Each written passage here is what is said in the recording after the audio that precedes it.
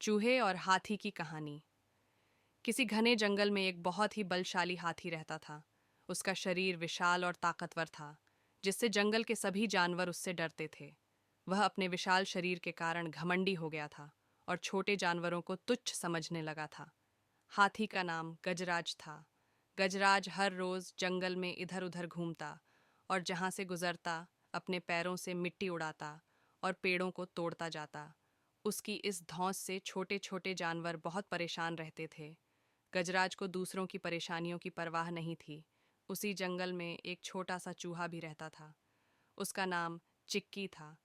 चिक्की बहुत ही चालाक और बुद्धिमान था, लेकिन उसका आकार बहुत छोटा था।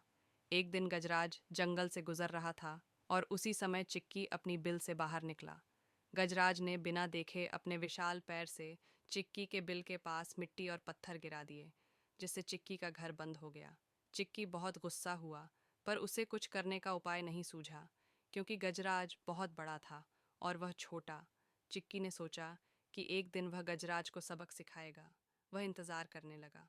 कुछ दिन बाद गजराज एक तालाब में पानी पीने गया। जब वह वापस आ रहा था, तो अचानक उसका पैर एक शिकारी के जाल में फंस गया। गजराज ने अपने बलशाली शरीर का इस्तेमाल कर जाल से निकलने की कोशिश की, लेकिन जितना वह बाहर निकलने की कोशिश करता, उतना ही वह और फंसता चला गया। गजराज अब बहुत परेशान हो गया और जोर जोर से चिल्लाने लगा। उसकी आवाज़ जंगल के कोने कोने तक पहुंची। चिक्की ने जब गजराज की आवाज़ सुनी, तो उसे पता चला कि गजराज मुश्किल में है। वह तुरंत वहां पहुंचा और देखा कि गजराज जाल में फंसा हुआ है। चिक्की ने सोचा, अब समय आ गया है कि मैं गजराज को सिखाऊं कि छोटे भी कभी कभी बड़े काम कर सकते हैं। चिक्की ने बिना देरी किए अपने नुकीले दांतों से जाल को काटना शुरू कर दिया। थोड़ी देर में ही उसने जाल के मोटे रस्सों को काट डाला, जिससे गजराज आज़ाद हो गया।